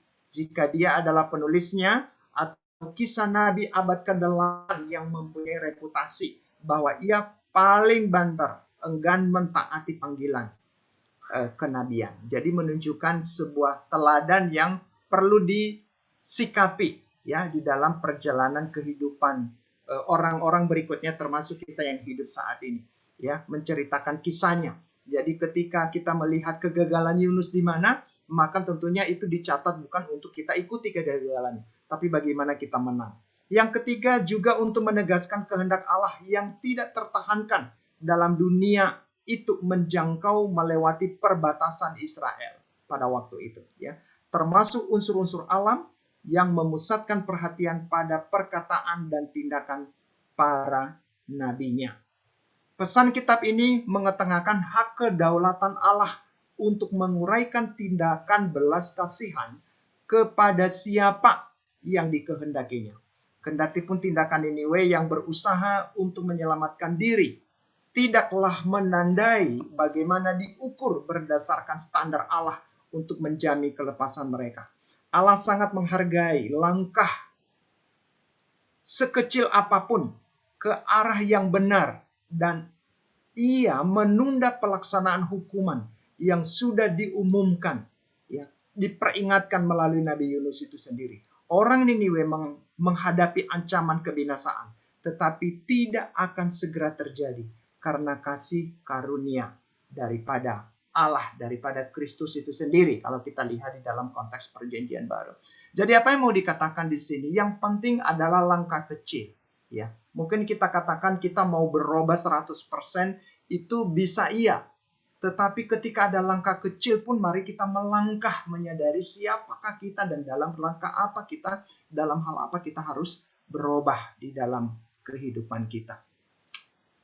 Nah, teologi kitab Yunus, saya karena waktu sudah mau habis ya. Kali dia berapa menit lagi? Masih ada Bang 15 menit untuk pemaparan. Berapa? Masih ada 15 menit Abang untuk Oke, pemaparan. saya bicara 15 menit ya. lagi ya. Nah, teman-teman, saya akan nanti makalahnya ini bisa dimiliki ya. Jadi kalau kita lihat teologi Yunus, maka dia mengetengahkan beberapa pokok-pokok teologi di sana. Jadi kalau kita belajar ya, kalau kita membuat sebuah pandangan, kitab Yunus itu mengandung tentang pandangan-pandangan atau asas-asas teologi apa saja. Maka dia bicara, kitab Yunus bicara tentang Allah Sang Pencipta, ya, dengan segala penjelasannya. Yang kedua, Allah Sang Pengampun, ya. Dan yang ketiga, dikatakan di sana bahwa Allah yang berkuasa atas kehidupan dan kematian, ya, dengan segala penjelasannya. Yang keempat, Allah dan nabinya Yunus. Jadi Kramer katakan bahwa kitab Yunus bicara hal yang utama dan terutama adalah Allah dengan nabinya. Jadi bukan mau bicara kepada Israel, bukan karena Yunus tidak mau keselamatan disampaikan kepada Israel. Tetapi yang mau disinggung oleh kitab itu adalah mengungkapkan realita seperti apa Allah itu sang pemilik nabinya ketika dia memanggil untuk pergi. Dan kita bisa melihat ketaatan, setengah taat, bahkan kemarahan Yunus itu sendiri. Kalau kita perhatikan di dalam bagian-bagian itu. Kitab yang mencerminkan hubungan Israel dengan bangsa-bangsa lain. Nah, ini juga kita bisa lihat. Jadi walaupun kitab ini hanya 4 pasal, tapi kalau kita menggali sebenarnya kita melihat bahwa kitab ini juga mencerminkan seperti apa sih hubungan bangsa Israel sebagai umat pilihan Tuhan terhadap bangsa-bangsa lain gitu. Di sini kita bisa melihat dengan berbagai latar belakang sosial yang kita sudah baca tadi, mereka mengalami keengganan untuk pergi. Ya, apakah kepentingannya itu karena memprotek diri sendiri supaya mereka tidak terlibat di dalam penyembahan berhala atau hidup campur dengan bangsa-bangsa lain, tetapi sudah ada di dalam kondisi yang sangat ekstrim, sehingga mereka tidak mau bergaul dengan masyarakat pada waktu itu. Atau sebaliknya, apakah karena mereka menunjukkan kebencian? Tetapi ini semua menggambarkan, kitab Yunus menggambarkan sebuah relasi antara umat Allah dengan bangsa-bangsa lain. Kitab Yunus juga menggambarkan tentang relasi kita dengan orang-orang yang belum mengenal Tuhan. Atau orang-orang yang belum bertumbuh, bagaimana kita bersikap kepada mereka. Kita lihat orang-orang yang peristiwa-peristiwa yang terjadi sekarang ini, misalnya meninggal dengan cara yang kayak sadis gitu. Nah, ini 2 peristiwa terakhir beberapa hari belakangan ini dengan meninggalnya Vanessa dan suaminya dengan tabrakan gitu ya. Tetapi kemarin pagi-pagi itu ada satu keluarga dari staf perkantas itu, keluarganya Mei, mamanya Mei, dan juga 3 orang keluarga cicinya, ada anaknya, ada suaminya, itu satu keluarga itu meninggal. Nah, kadang-kala kan kita bisa melihat ini kenapa kita bisa mempertanyakan dan kita bisa membuat berbagai sikap gitu. Tapi saudara-saudara, ketika peristiwa-peristiwa itu terjadi, kira-kira bagaimana kita menjadi orang yang sebenarnya mengerti hati Allah? Ya. Kalau memang ada dosa di sana, kalau ada kesalahan di sana, termasuk juga di dalam diri kita, maka Allah menuntut kita untuk mengalami sebuah perubahan. Tetapi kalau kita bisa melihat kesalahan di sana-sini dalam realita dunia yang berdosa pun, Allah memanggil kita untuk menjadi berkat di sana. Bukan untuk mengutuki atau bukan untuk menyatakan rasain atau sesuatu pernyataan-pernyataan yang sebenarnya tidak ada artinya. Walaupun kadang-kadang orang dunia kayaknya puas gitu. Apalagi kalau terhadap tokoh tertentu atau kepada kelompok tertentu itu dia sudah punya hubungan yang tidak begitu baik, maka dia berdoa, dia mengutuk-ngutuk di dalam hatinya. Dan saudara-saudara, ini satu hal yang menjadi refleksi bagi kita. Bahwa ketika kitab Yunus kita pelajari, ini juga akan melihat hubungan kita dengan dunia yang ada di sekitar kita. Yang keenam, perasaan cemas atas penghukuman bagi orang tak bersalah dalam penghakiman nasional. Nah, perhatikan itu ancaman pembinasaan itu yang diceritakan di dalam pasal yang ketiga, dikatakan bahwa di sananya itu bukan hanya rajanya, tetapi orang-orang kecil, anak-anak pun, bahkan dikatakan ternak-ternaknya mereka. Nah, saudara-saudara, ini menjadi sebuah persoalan teologi juga. Kalau ini bisa didiskusikan di dalam forum-forum yang lebih dalam lagi untuk menggali gitu. Jadi kira-kira kok teganya Tuhan? Apakah semua yang hidup di dalam kota Niniwe itu sendiri, di negara Asyur itu melakukan kesalahan? Jadi lalu akhirnya Tuhan melakukan penghukuman secara universal. Nah, ini persoalan yang muncul di dalam bagian itu. Tapi yang terakhir, saudara, yang ketujuh, ya, belum terakhir. Kritik terhadap jabatan kenabian. Tadi kita sudah tahu ini, bahwa kita menjadi seorang nabi bukan menjadi nabi yang tidak seirama dengan sang yang memanggil, dengan Allah itu sendiri. Tapi seharusnya kita menjadi nabi, kita menjadi orang Israel, kita menjadi umat pilihan Tuhan, untuk kita menjadi orang percaya berpadanan dengan isi hati Allah itu sendiri. Dalam kitab Yunus menceritakan bagaimana hati Allah bertolak belakang dengan hati Yunus. Ketika Yunus terusik dengan kenyamanannya, itu yang kita lihat di dalam pasal 4. Akhirnya dia marah gitu. Bahkan bukan hanya marah, tapi dikatakan aku layak mati. Sewajarnya saya mati. Itu dikatakan oleh Yunus kepada Allah. Ketika dikatakan layakkah engkau marah? Layakkah engkau marah? Di dalam pembelajaran itu, maka akhirnya melihat bahwa bagaimana Allah menyatakan bahwa di dalam kitab Yunus itu juga bicara tentang belas kasihan Tuhan kepada semua ciptaannya, ya, kepada seluruh bangsa. Bangsa pilihan satu hal, tetapi ketika bangsa-bangsa lain tidak dipilih menjadi umat yang spesial di hadapannya, tidak berarti itu bukan miliknya mereka. Ini merupakan inti dari seluruh kitab Yunus. Inti ini sengaja diletakkan di bagian terakhir sebagai klimaks cerita. Keengganan Yunus untuk berkhotbah ke Niniwe berkaitan dengan keyakinan Yunus bahwa Tuhan adalah penyayang, belas kasih dan sabar. Jawaban Tuhan di bagian penutup kitab mempertegas konsep tersebut. Allah sangat mengasihi penduduk Niniwe yang sangat berdosa itu. Yang sangat berdosanya seperti apa diceritakan di sana, tidak bisa membedakan tangan kiri dan tangan Kanan. Dengan jumlah yang banyak, dengan ternaknya yang banyak. Itu dikisahkan di dalam bagian itu. Jadi belas kasihan ini seharusnya menjadi cerminan bagi bangsa Israel. Karena mereka juga merasakan hal yang sama. Walaupun bangsa Israel sangat berdosa kepada Tuhan. Atau yang seperti diceritakan di dalam 2 Raja-Raja itu. Namun Tuhan tetap mengasihi mereka. Dengan menganugerahkan kelepasan atas musuh-musuhnya. Demikian juga Tuhan berhak memberikan pertolongan kepada bangsa kafir yang mau berpaling dari kejahatan mereka. Sikap Tuhan di sini jelas kontras dengan sikap Yunus. Rasa nasionalisme dan superioritas etnis membuat Yunus sulit untuk mengharapkan hal yang baik untuk bangsa lain. Di mata Yunus, penduduk Niniwe tidak pantas mendapat belas kasihan karena keberdosaan dan kekejaman mereka. Walaupun dia sadar bahwa Tuhan pasti berkenan atas pertobatan mereka. Yunus ingin agar mereka dihukum. Ya. Sikap ini jelas tidak bisa dibenarkan. Keadaan bangsa Israel pada zaman Yunus tidak lebih baik daripada keadaan rohani penduduk Niniwe.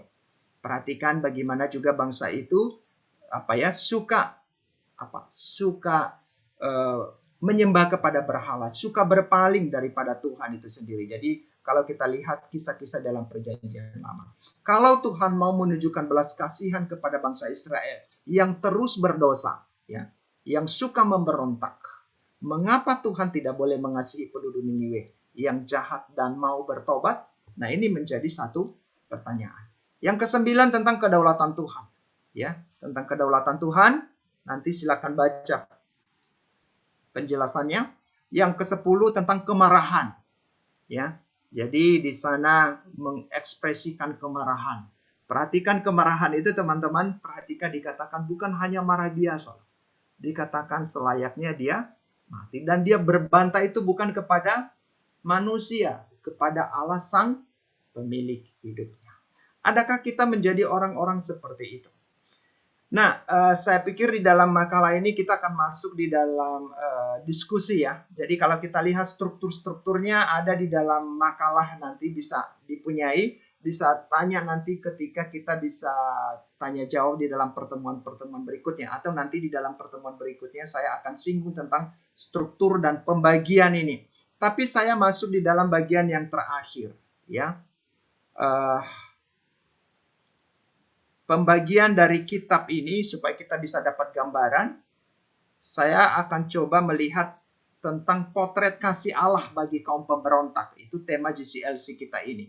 Jadi dari pasal ke pasal Allah memanggil Yunus yang pertama dengan bagian-bagiannya. Lalu yang kedua Allah yang berelasi, berbelas kasihan dan tanggapan Yunus. Perhatikan ketika itu di pasal 2. Lalu yang ketiga Allah yang memanggil Yunus kedua kali untuk pergi ke Niniwe. Dan yang keempat, Allah yang menyelamatkan Niniwe dan respon Niniwe, ya, respon Yunus. Dan yang kelima, Allah yang berbelas kasih dan respon Yunus. Nah, kita akan melihat ini hubungan satu dengan yang lain antara Allah dengan Yunus dan antara Allah dengan Niniwe itu sendiri. Saya mohon kesediaan Nike ya, sekali lagi ya Nike ya. Refleksi teologis. Ini kita akhiri di sini sebelum kita masuk dalam diskusi.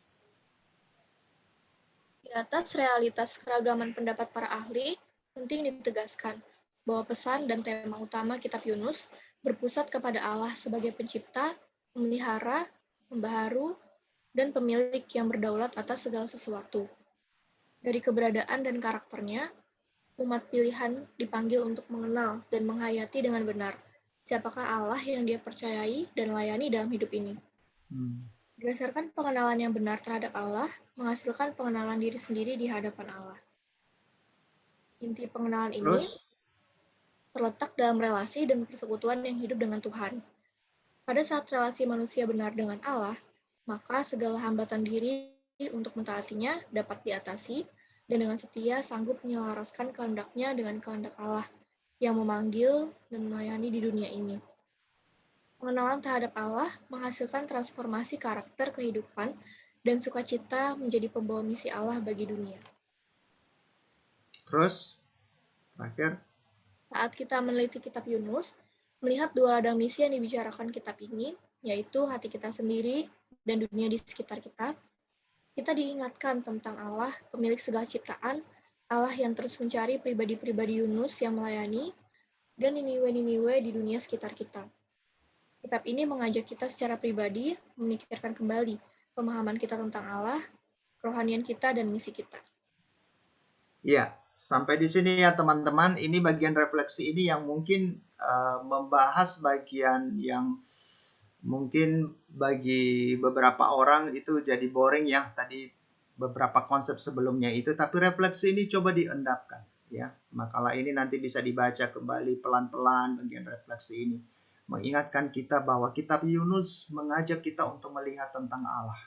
Dan Allah yang mencipta, Allah yang berbelas kasihan, Allah yang maha mengampuni, Allah juga yang memegang kendali dalam hidup ini, maka dia adalah Allah yang bermisi. Dan misinya ada dua. Yang pertama adalah hati kita, anak-anaknya. Ya, hati kita pelayan-pelayannya. Hidup kita pelayan-pelayannya, itu urusan yang pertama. Dan yang kedua adalah dunia yang ada di sekeliling kita. Jadi mau mengatakan bahwa bagaimanapun rusaknya realita hidup kita atau dunia di mana kita hidup saat ini, Allah tetap mengharapkan bahwa misinya tetap bisa meraih kita, menjangkau kita, dan membawa kita kembali kepada pusat kehendaknya. Sehingga hati Allah seirama, hati kita seirama dengan hati Allah. Dan di dalam hal itu tidak pernah terlepas bahwa pengenalan akan dia, relasi kita dengan dia, kita bangun kembali di dalam kehidupan kita dari waktu, dari hari ke sehari.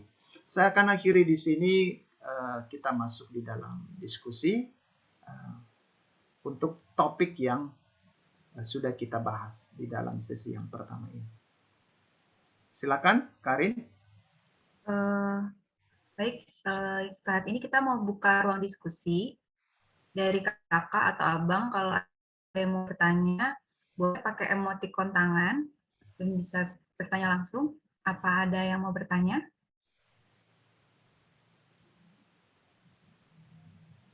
Atau mungkin saya dulu boleh ya, Pak? Ya, oke, Karin. Saya mau punya satu pertanyaan. Ini hal yang menarik nih, kitab Yunus itu kan emang dari sekolah minggu udah sering diajarkan ya, Pak. Tapi saya tersentuh ketika membaca dan menghayati kata menyesal itu nih, pendeta. Apa ya maksud kata menyesal di sini? Allah yang menyesal merancangkan kejahatan untuk kota Niniwe. Yang kita tahu kan Allah itu kan tetap ya. Berarti kalau dari sini saya berpikiran logikanya itu berarti Allah di sini sebenarnya Allah yang bisa berubah-berubah seperti itu. Jadi nggak konsisten gitu, Allah yang tidak konsisten. Nah, jadi gimana ya? Apa pemikiran saya itu salah atau bagaimana? Ya. Yunus juga menganggap pikirannya Allah nggak konsisten, dan itu persoalan Yunus. Ya, tapi kalau kita perhatikan, apakah memang Allah yang tidak konsisten? Bahwa Allah merubah sikapnya ketika melihat respon daripada Niniwe itu sendiri. Apakah secara esensi Allah berubah? Justru secara esensi atau secara hakikat Allah tidak berubah. Karena Niniwe adalah ciptaannya, dan Niniwe ketika diperingatkan akhirnya umat itu merespon untuk bertobat. Di mananya? Jadi mau dikatakan Allah menyesal itu dalam arti bahwa dia ada satu penulis menyatakan bahwa ketika Allah melihat sikap kerendahan hati mereka, penyesalan mereka, perpalingan mereka yang sungguh-sungguh itu, ya, dikatakan bahwa Allah jadi hibah gitu. Allah berbelas kasihan. Jadi intinya itu bahwa Allah menyesal adalah Allah yang berbelas kasihan, Allah yang tidak menjalankan murkanya. Secara pemahaman Yunus melihat bahwa bangsa Asyur itu orang Niniwe itu harus dihabisin karena mereka bukan hanya saja melakukan kejahatan, tetapi kejahatan itu dilakukan kepada umat pilihannya Allah gitu. Makanya itu yang tidak diduga oleh si Yunus gitu. Nah, Tetapi di sini apakah arti Allah menyesal seperti bisa kita manusia menyesal, kita berubah-ubah gitu? Bukan itu. Tapi mau memaknai di sini bahwa karena manusia yang berdosa itu umat ciptaannya itu sendiri adalah miliknya itu sendiri, ketika menunjukkan tanda-tanda pertobatan, ketika mereka mendengar peringatan, ya masa sih diterusin dimatikan? Kalau kita punya teman misalnya, dia udah nyesal nih, lalu enggak, kita tetap konsisten. Ya memang itu adil, tetapi justru disitulah keadilan itu dilawan oleh kasih gitu. Makanya tema kitab Yunus itu menyatakan tentang Allah yang berbelas kasihan, Allah yang mengampuni, ya Allah yang membaharui, Allah yang menerima kembali ketika manusia sadar akan keberadaan dirinya. Termasuk Yunus juga kan, ketika di pasal 2 dikisahkan itu bagaimana dia sadar atas pemberontakannya, akhirnya kan Yunus di dalam penentuan Tuhan dibawa oleh ikan besar itu, dimuntahkan di darat, dan akhirnya Yunus selamat. Gitu. Makanya Yunus katakan di sana keselamatan adalah dari Tuhan, milik Tuhan. Gitu, gitu ya, Karin? Ya, baik. Sama satu pertanyaan lagi. Apakah menyesalnya Allah di Yunus ini sama kayak, jadi di ayat-ayat sebelumnya juga saya pernah membaca tentang Allah menyesal, seperti itu. Itu bisa dikatakan sama nggak konteks yang tadi Bapak jelaskan? Misalnya seperti di ini ya, di kejadian 6 ya. Ya, di dalam kejadian 6 Allah menyesal karena manusia itu telah diciptakan. Memang kata dasarnya itu sama gitu, tetapi ekspresinya berbeda, ya. Karena pada waktu itu kan ya memang dunia manusia yang semakin jahat itu kan tidak menunjukkan seperti apa yang dilakukan oleh Niniwe. Dan itu yang dikutip oleh Tuhan Yesus nanti di Perjanjian Baru kan, dikatakan bahwa ini orang Niniwe aja diselamatkan, tetapi bangsa ini, orang-orang ini mengeraskan hati gitu. Tidak mau mendengar Injil yang disampaikan oleh Kristus di zamannya pada waktu itu. Jadi itu. Oke. Terima kasih. Tadi dikatakan ada tadi pertanyaan itu, apakah Yunus bertobat? Nah, ini pro dan kontra. Tapi tidak memperlihatkan pertobatan Yunus. Kalau kita lihat pasal yang ketiga, kita akan melihat kesadaran akan Yunus. Tetapi apakah dia bertobat dari kemarahannya? Ini gantung. Dan beberapa penafsir mengatakan begini, ketika itu dibiarkan terbuka, maka ini menjadi sebuah refleksi bagi para pembaca di sepanjang zaman. Termasuk bagi saya, bagi saudara-saudara, bagi teman-teman gitu. Ya, telah dipaparkan sosok Yunus seperti ini. Sosoknya Niniwe dan penghuni kapal seperti ini juga. Sosoknya Allah juga seperti ini. Tapi kita bagaimana ketika kita melihat realita itu? Jadi yang menjadi poin di sana bukan menunjukkan kepada kita apakah kita mau tahu Yunus itu bertobat atau tidak. Ada orang katakan ya dia bertobat. Salah satu tandanya adalah ketika ketaatannya di dalam pasal yang ketiga. Tetapi di pasal yang keempat kan dia marah lagi. Bahkan dia mau mati kan. Itu. Ya, apa yang mendasari? Sorry. Bisa dibaca nggak pertanyaannya, Karin? Boleh, Pak. Ya. Ada pertanyaan dari Abang Padi Joel Tampu Bolon. Apa yang mendasari para ahli pandangan kedua bahwa kitab Yunus adalah kitab fiksi, bukan sejarah? Apakah karena adanya ikan besar yang menelan Yunus, tetapi Yunus tidak mati? Nah, karena lebih banyak persoalan ini ya, melihat bahwa kok tidak sinkron dari segi zaman, dari segi bahasa. Jadi nanti kalau mau tahu penjelasan itu ada di literatur itu. Tapi intinya begini, mereka punya dasar ketika mereka mengkritisi sejarah kitab itu, maka ada peluang untuk menyatakan pandangan bahwa memang itu bukan satu kenyataan yang benar-benar terjadi di dalam sejarah gitu. Nah, sehingga ketika saya meneliti kitab Yunus, maka saya melihat ini, bahwa sebenarnya kitab Yunus bertujuan bukan untuk membenturkan dua pandangan itu. Tetapi kitab Yunus mengajarkan kita apakah orang memahaminya secara fiksi, ya, atau ahistoris, tidak historis, atau historis, maka makna apa yang ada di dalam kitab ini yang menjadi hal yang utama yang harus kita gali bagi kita pembaca kitab Yunus pada zaman ini.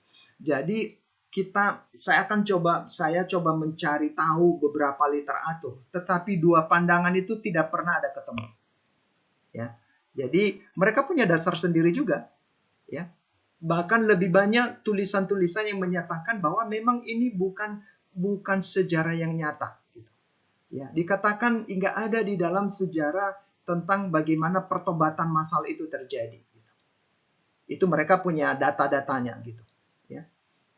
Tetapi kalau kita bisa melihat kenapa ini menjadi sebuah kitab sejarah, kitab kenabian, yang menjadi penggolongan dan itu kanon dengan Alkitab kita. Maka seharusnya dalam tradisi iman kita, dalam tradisi iman kita harus melihat bahwa memang itu terjadi di dalam sejarah. Mungkin orang katakan, wah bagaimana bisa mungkin itu terjadi terjadi berbagai mujizat di dalam kitab Yunus. Ini salah satu keberatan mereka gitu. Bagaimana seorang sebesar apa itu ikan sehingga Yunus bisa masuk dan akhirnya itu bisa terselamatkan selama 3 hari dan 3 malam. Jadi ini ada perdebatan seperti itu. Tapi mau dikatakan apakah bagi Allah, perhatikan kata atas penentuan Tuhan, selalu begitu. Tumbuhnya pohon jarak pun atas penentuan Tuhan juga. Itu juga angin timur juga. Ya, ulat juga atas penentuan Tuhan. Nah, mau dikatakan di sini, ketika dia adalah sang pencipta, apakah dia tidak mungkin sekalipun melampaui akal dan pemahaman kita sebagai manusia? Oke, apalagi? Ada pertanyaan? Ada lagi Pak dari sama kayak Bang Reza Mubarak Pasaribu tadi pertanyaan pertama, dan dia bertanya lagi, apakah orang Niniwe sudah mengenal Yahweh sebelum Yunus memberitakan berita penghakiman? Apakah khotbah Yunus itu benar-benar singkat? Sepertinya terlalu mudah sebuah bangsa atau di sini Asyur langsung bisa bertobat. Bagaimana pendapat Bapak? Nah, ini apa ya? Ini juga perdebatan, ya. Jadi apakah memang sesimpel itu? Perhatikan kitab Yunus hanya menceritakan 40 hari lagi, ya, Niniwe akan dihancurkan gitu ya, akan dihabisin gitu. Nah, itu di dalam kalkulasi manusia memang itu para ahli tertentu melihat wah ini tidak mungkin gitu. Tapi sebenarnya tujuan kitab Yunus ini bukan untuk itu. Nah, apakah mereka sudah mengenal Yahweh? Mengenal dalam arti relasi ya pasti tidak. Ya. Mungkin mereka dengar ketika di kapal itu di Mesopotamia itu yang katakan berserulah kepada Allahmu gitu. Mereka punya Allah sendiri dan waktu itu kan mereka meyakini Allah-Allah teritorial ya. Yunus sendiri pun juga difahami bahwa ya itu dia pergi berlawanan arah ke Niniwe itu juga supaya makin menjauh daripada Tuhan. Tetapi bagi Tuhan itu tidak seperti itu ininya. Tapi pemahamannya manusia pada waktu itu seperti itu.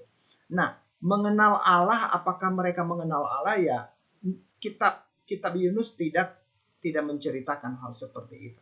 Nah, yang seperti tadi dikatakan, apakah memang kok begitu gampangnya gitu bertobat gitu. Nah, ada beberapa kisah ya yang spektakuler pada waktu itu. Ada katanya halilintar, ada lagi gempa bumi gitu ya, ada musim kelaparan yang menyertai, itu catatan-catatan sejarah gitu. Tetapi beberapa ahli yang akhirnya mengerucut begini. Ketika Yunus memberitakan dalam berita yang singkat itu, maka di balik peristiwa itu kita nggak tahu persis seperti apa pengenalan mereka tentang Allah, tetapi mereka meresponnya seperti itu. Mungkin kita katakan ini tidak mudah gitu, tidak masuk akal gitu. Dan ini beberapa para ahli yang menyatakan bahwa ya benar kan, bahwa memang kitab Yunus ini poinnya nggak ke situ arahnya gitu. Ya. Jadi penjelasan-penjelasan seperti itu bisa kita temukan di dalam buku-buku yang menulis tentang kitab Yunus itu sendiri. Nanti kalau mau mendalami lebih dalam tentang hal ini bisa hubungi saya. Saya akan memberikan beberapa artikel-artikel yang bisa ini. Ada lagi tuh.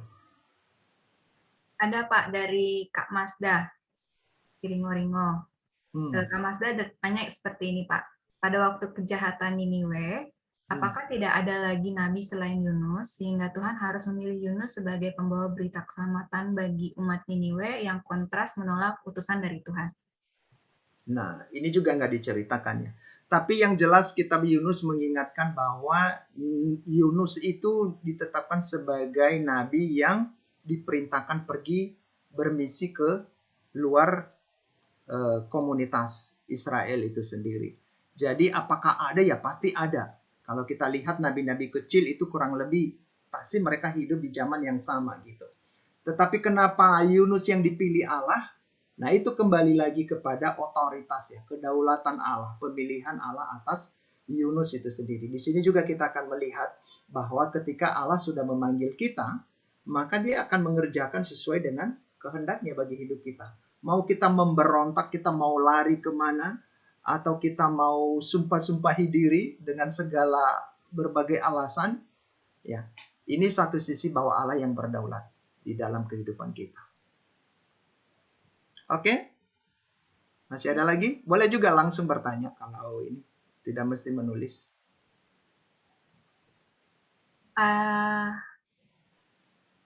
Dari kolom chat tidak ada yang bertanya lagi, Pak. Mungkin ada yang mau langsung bertanya? Saya boleh? Ayo. Boleh? Siapa? Terima kasih Pak Eliunus, sangat menarik ya kalau kita bahas kitab Yunus. Pertanyaan saya yang pertama, apa yang dapat kita pelajari tentang panggilan Allah kepada kita masa kini? Yang pertama.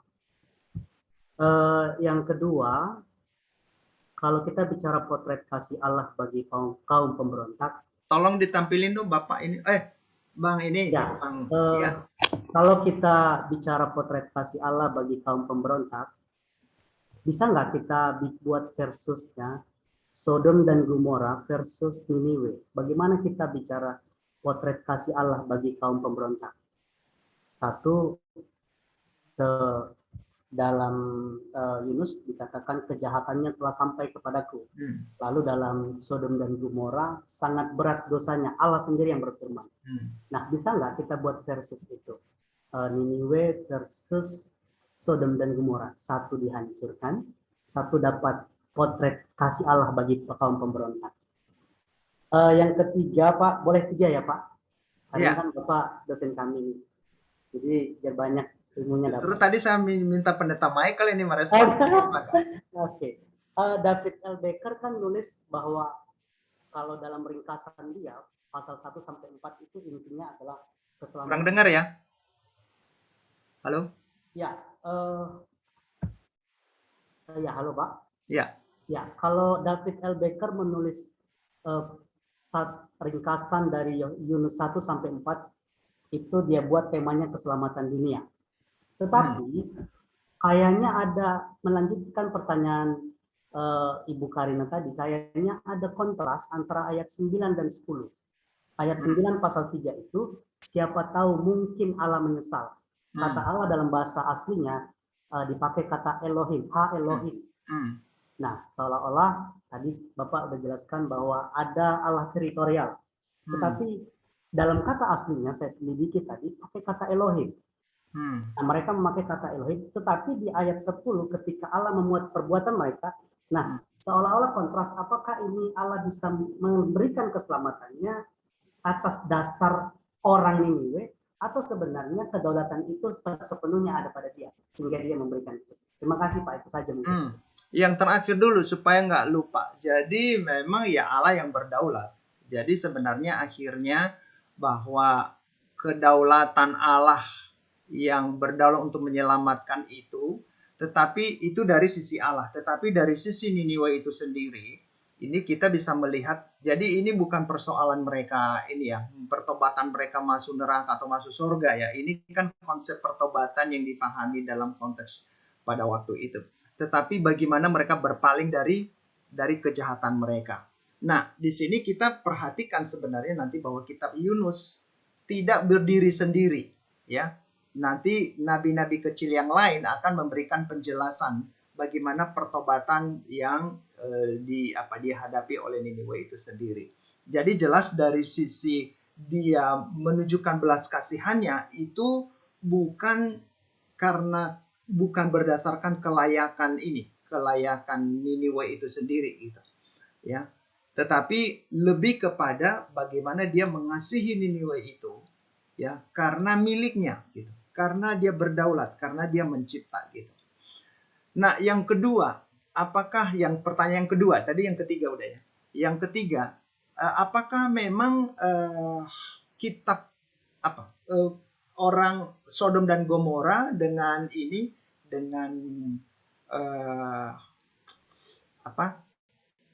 Niniwe itu bisa disandingkan gitu. Nah, kalau kita perhatikan Sodom dan Gomora itu terjadi nggak pertobatan? Ya. Kan tidak diceritakan di sana. Yang dibawa lari keluar dari sana kan hanya beberapa orang, Lot dan ponakan-ponakannya gitu. Nah, itu yang tawar-menawarkan kalau ada 10 orang gitu. Kalau ada mulai dari 100, mulai sampai 50, sampai 10. Dan memang tidak terjadi sebuah pertobatan. Disandingkan lagi nanti kalau di dalam perjanjian baru kita bisa melihat bahwa Tuhan Yesus membandingkan. Dikatakan ya penduduk Niniwe aja mendengar kok berubah dari cara hidup mereka. Kok kamu jadi orang yang tegar tengkuk. Dan itu dikenakan kepada kepada orang-orang Yahudi pada waktu itu. Yang pertama tadi pertanyaan pertama tadi saya lupa. Ada 3 tadi pertanyaan. Yang pertama sekali apa tadi? Apa yang dapat kita pelajari tentang panggilan Allah kepada kita pada masa kini? Kalau itu kan panggilan Niniwe masa abad ya, betul. Iya, udah nangkap. Oke, makasih. Ini pertanyaan yang baik. Jadi sebenarnya nanti kalau kita belajar kitab Yunus, dari sisi Allah itu sendiri, juga dari sisi Yunus itu sendiri mengajarkan kepada kita. Karena seluruh dunia ini atau bangsa-bangsa lain atau suku-suku lain yang belum mengenal Tuhan, yang belum hidup di dalam persekutuan dengan Tuhan, siapapun mereka ya atau agama apapun mereka, itu kita dipanggil untuk menjadi bagian yang terlibat di dalam misi Allah.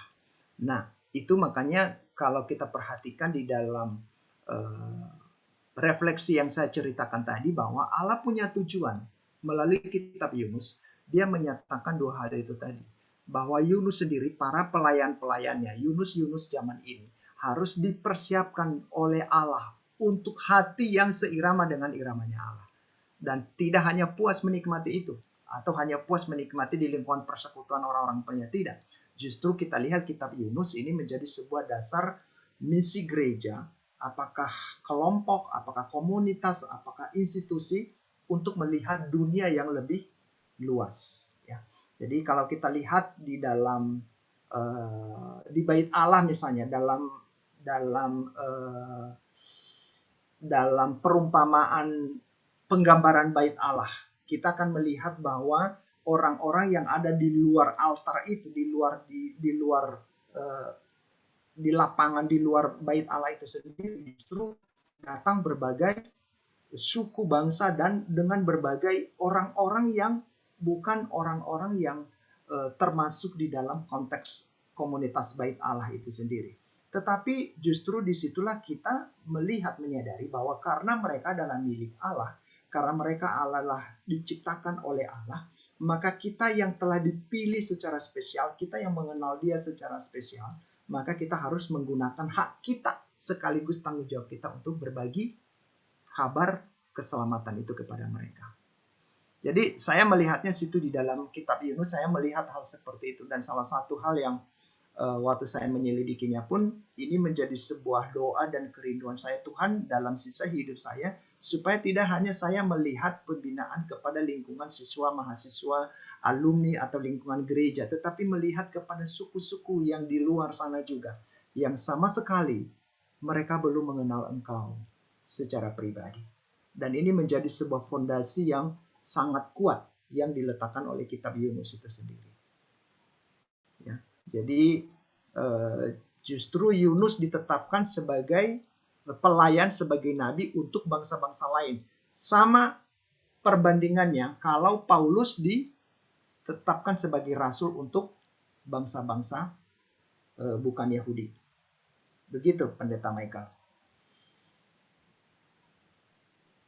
Oke? Bagaimana Pendeta Michael? Apa ada yang mau ditanggapi? Apa cukup? Saya cukup, terima kasih Pak Ili. Oh Ya. iya. Thank you. Sama satu lagi Pak, dari Bang Reza Mubarak lagi.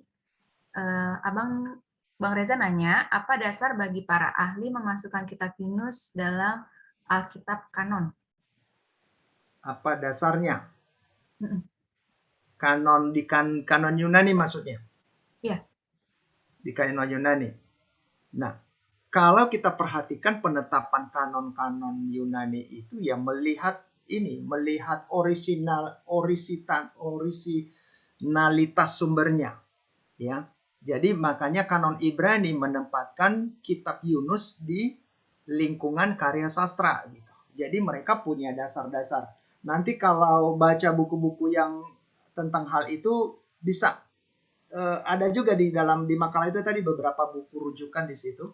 Bisa dilihat di sana. Tapi itu dimasukkan kepada kitab kenabian, ya, kitab kenabian yang historis gitu.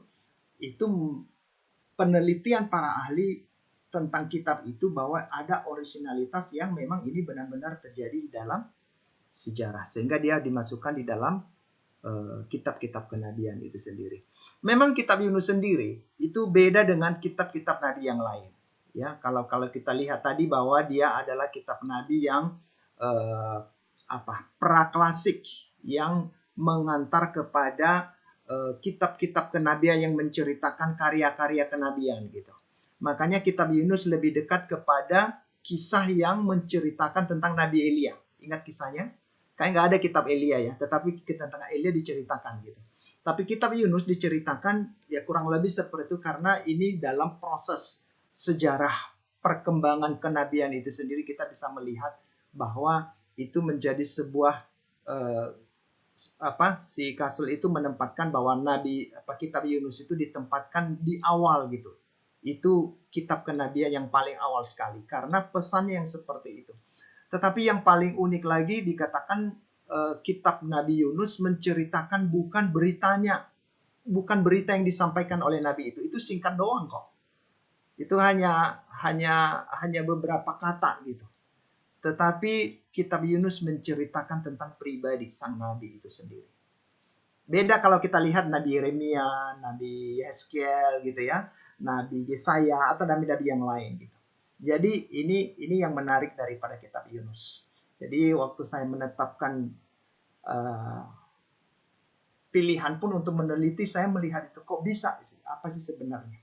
Tetapi itu yang saya katakan tadi dalam refleksi teologis tadi, bahwa memang kitab Yunus mengajarkan kita tentang diri kita. Ini yang paling utama. Dan itu nyebar kepada dunia yang ada di sekitar kita.